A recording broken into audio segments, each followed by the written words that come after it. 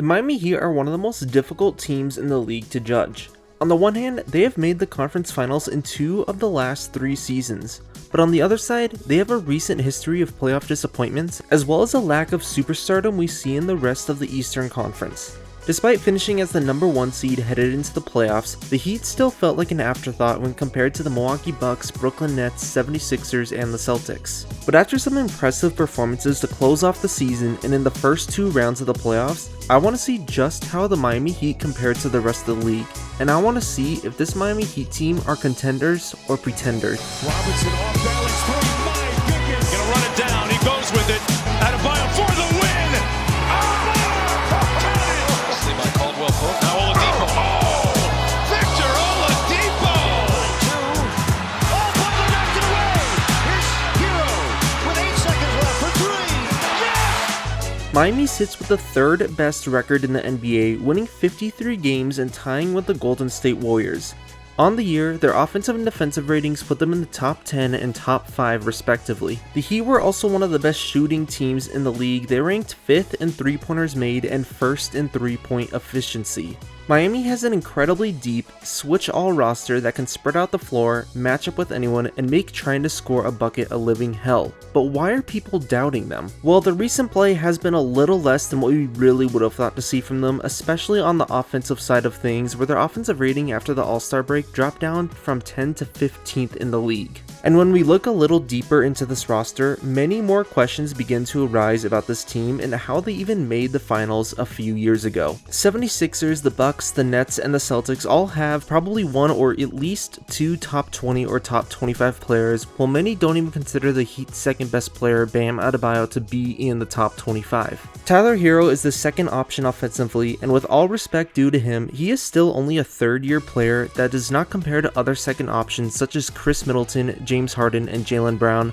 although I might be a better second option than James Harden in the second half. But let's get into the main reason why many, myself included, did not think of this team as a real competitor. That would be Jimmy Butler. Butler is an amazing defender, leader, and playmaker for his position. However, his scoring ability and his ability to score efficiently outside the paint leaves a lot to be desired. I also expected Butler's lack of offense would come up more in the playoffs, especially in a time where the Heat's half-court offense has been questioned more than ever, the pace slows down even more, and individual star power is more meaningful than it ever is. In face of all of these questions, Butler and the Heat have responded incredibly well to their critics. So far in the playoffs, Jimmy Butler is up to scoring up to 27 points per game while hitting 1.6 threes at 36%.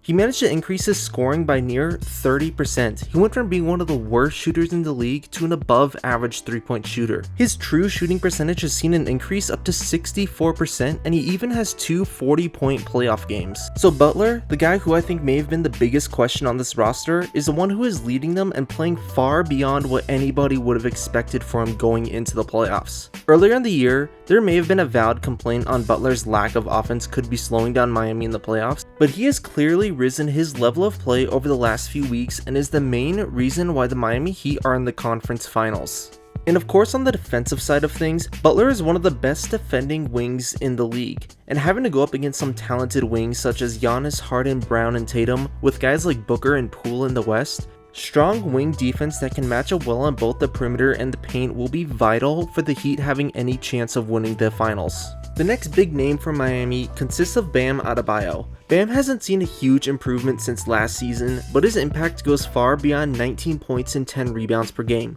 He was a near all-star this year who finished 4th in Defensive Player of the Year voting. And while his box score stats have remained the same, he is having the best year of his career in his per 100 possession ratings and his on-off ratings. Bam provides plenty of small things to get his teammates open and help the offense run well, and he is also the spearhead of one of the most elite defenses in the league. It is often oversaid where a guy can truly guard the 1 through 5 easily, but Bam is one of those guys who can really match up with anyone else in the league. He can switch onto a guard and lock up anybody he goes against. No matter who he has to rotate onto, whether it's a shifty perimeter guy or bigger matchups such as Joel Embiid, there is nobody that he can't slow down. And I know Embiid was injured for most of their series, but still, Bam Adebayo did a great job in slowing him down and really halting that 76ers offense. And no matter who the Heat go up against in the conference finals, whether it be Giannis and the Bucks or Tatum and the Celtics, his defense is going to be vital for slowing down anybody, especially the Greek Freak, where basically nobody can stop him. But besides Adebayo, the biggest player to see improvement is someone who my girlfriend thinks is hotter than me, the 6th man of the year, Tyler Hiro. He has massively increased his level of play across the board, increasing his scoring from last year by 5 points with a 4% increase on his 3-point efficiency, bumping his true shooting percentage up a few points as well. But even outside of his flat-out spot-up shooting, Hiro has improved. He's gotten much better at creating his own shot, navigating the defense, making decisions. He's become a legitimate threat out of the pick and roll as he can be much craftier in the mid-range. His passing has greatly improved this season to where he is a much more dynamic player than when we saw when he originally bursted out in the bubble. I think if anything shows that the Miami Heat have trust in him, it's that Tyler Hiro is coming off of the bench, but he is still towards the top in minutes played, as well as leading the team in field goal attempts per game. And while Jimmy Butler, Bam Adebayo, and Tyler Hiro may not make up the big three that we see in the rest of the league, they definitely have some of the best surrounding depth with them. Kyle Lowry is one of the biggest new assets for the Heat, and while he is well past his prime at 35 years old, he is a veteran and a leader. When healthy, he is someone who can do a pretty decent job at spreading out the floor, finding open shots, and playing solid defense. Their other new addition, PJ Tucker, also made some huge contributions, especially in this series against the 76ers. Now, Tucker may only be able to do 2 things, but he does 2 things incredibly well. Sit in the corner and shoot the 3-ball and harass people on defense. Tucker, like Adebayo, is great at defending people that are both bigger than him and quicker than him. He was no mere mismatch if he ever got switched on to Joel Embiid, and I know he is definitely going to make his former teammate Giannis, Jason Tatum, and Jaylen Brown work for every single shot. One player who has definitely seen a drop off in his minutes and one of the more controversial guys recently from the Miami Heat has been Duncan Robinson. Robinson has been a staple of this team for the last few years. His large size and ability to shoot the outside shot has allowed Miami to spread out the floor while maintaining decent size. But this year has been a bit of a disappointment for Robinson as his scoring and minutes have gone down quite a bit. His efficiency has also taken a nosedive, and I think he is much more capable than a 37% 3-point shooter than he was this year. In the most recent series against the Philadelphia 76ers, Robinson played less than 20 minutes for the entire series. And these were in games where the Miami Heat were struggling on offense and they were struggling to make a 3-ball. Robinson was still not getting put out onto the floor. I don't know what the exact issue between Spoelstra and Robinson is, but I definitely hope getting into this next series in the conference finals, we're gonna see him utilized a bit more. And the last player is a guy who I've always wanted to talk about, one of my favorite players in the league, Victor Oladipo.